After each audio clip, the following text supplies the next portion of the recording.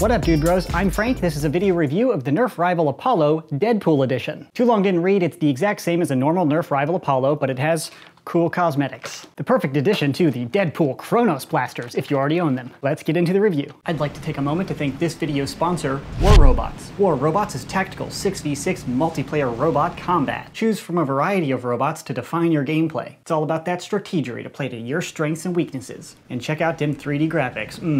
Over 90 million players have already installed the game. And it certainly won't go stale with constant content updates with new robots, maps, and game mods. Download War Robots with the link in the description box below. Install now and get a huge starter pack including 1 Griffin robot, 2 pin weapons, 2 Columbus weapons, 100 gold, and 400,000 silver. Thanks so much to War Robots for sponsoring this video. Again, there's a download link in the description box below.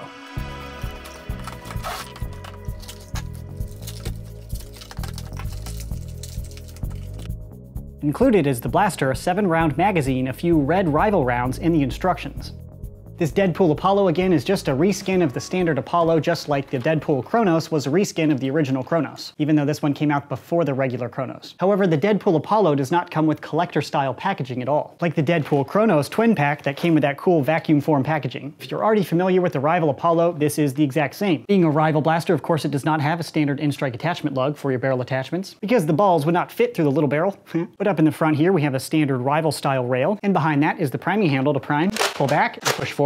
As I mentioned in the original Apollo review, priming this blaster takes a little bit of force, because when you begin pulling back, the blaster wants to pivot rather than just let you prime it. Unless, of course, it's up against your shoulder, then it's much easier. Because of this issue, I wouldn't recommend the Apollo for younger nerfers. Anyways, moving on down to the trigger. The trigger release is pretty standard for a spring blaster. Right above the trigger is a safety or a firing lock. When it's protruding out to the right-hand side, you can't pull the trigger, then you push it in, and you can. Dry fire. Woo. Is it necessary to have a safety on your blaster? No, but it's tactical, right? Down to the grip. This is a really fat grip, and because I'm an adult with a big hand, I really dig it. And the design is pretty ergonomic and comfortable. Down here is the magazine release, so you can push that and pull out the mag like that. Included with the blaster is the shorter 7-round magazine, but it is compatible with the 12-round extended mag. And to load the magazine, you get the Rival rounds and you just push them in the top like this. And these included red Rival rounds are the exact same as the standard yellow ones, except they're red, not yellow. No performance change. Again, the magazine holds 7 rounds after it's loaded up. You just stick it on in there. And in the all the way back of the blaster, there's a priming indicator. That changes in appearance after you prime it, so you can tell you're primed. After you prime it once, you're not able to prime it again, and occasionally the trigger might lock up along with the bolt. So on the other side, there's a little release right here, so you can pull that down and then prime back again, and that helps you clear out a jam. But if you're not jammed, like me, now I'm about to fire 2. Pew pew. Turning it into a shotgun. Like I said, the mechanics are the exact same as a normal Rival Apollo. The only difference is Deadpool with the little eyes, and then the little Deadpool logo right here. So that's the external overview. Let's see it out on the firing range.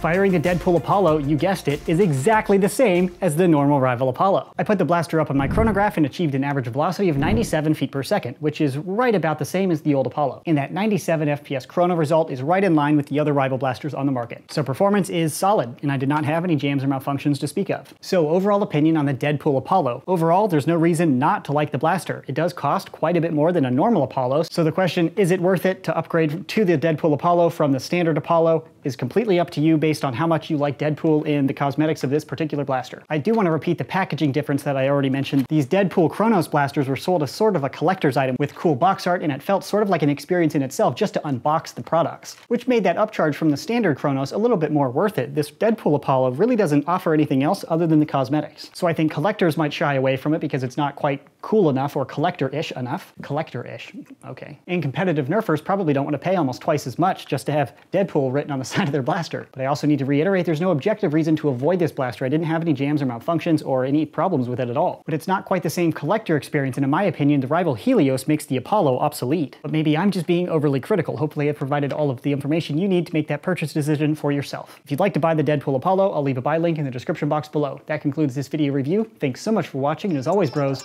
stay tactical.